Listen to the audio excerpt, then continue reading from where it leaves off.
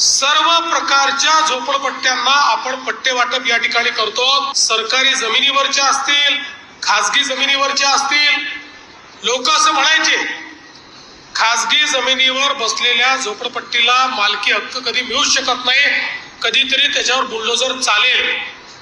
पण आपण नियम बदलले, शासन निर्णय बदलला, जो मालक आहे त्यालाही टीडीआर देण्याचा निर्णय केला आणि त्या माध्यमातून त्या जमिनी घेऊन आणि त्याच्यावर बसलेल्या लोकांना अतिक्रमणधारी न मानता त्यांना त्या जागेचा मालक बनवण्याकरता मालकी हक्काचा पट्टा देण्याचा निर्णय आपण केला।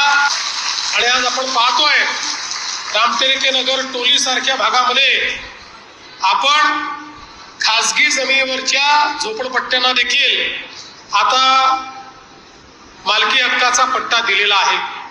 आणि मला सांगताना आनंद वाटतो, मालकी हक्काच्या पट्ट्याचा नागपूर पॅटर्न आपण उभा केला।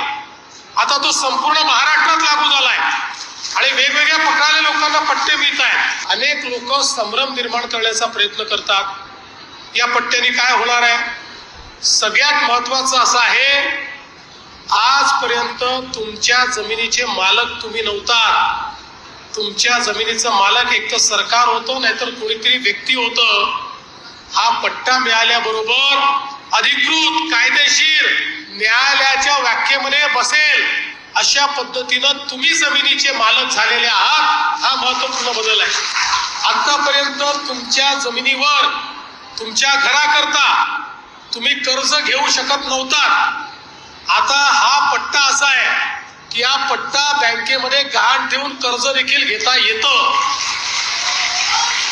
आतापर्यंत एखाद्या झोपडीची विक्री केली, पैसे तर मिळून जायचे, पण ती इल्लीगल होती, ती कधी रद्द होऊ शकत होती।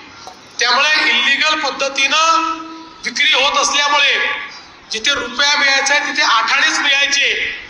आता एखाद्याला जर विक्री करायची असेल तर त्या विहित पद्धतीनुसार त्याला ती अधिकृत दृष्ट्या कधी अडचण विक्री करूच नका। म्हणजे पहिले तर माझं म्हणणं आहे की घर फार मुश्किलीने बनतं, त्यामुळे ते कधीच विकू नका। पण कधी अवेळी अशी परिस्थिती आली, आता हक्काने आणि पूर्ण ताठ मानेने तुम्हाला तशा प्रकारची विक्री करता येईल, ही परवानगी देखील आता तुम्हाला मिळालेली आहे।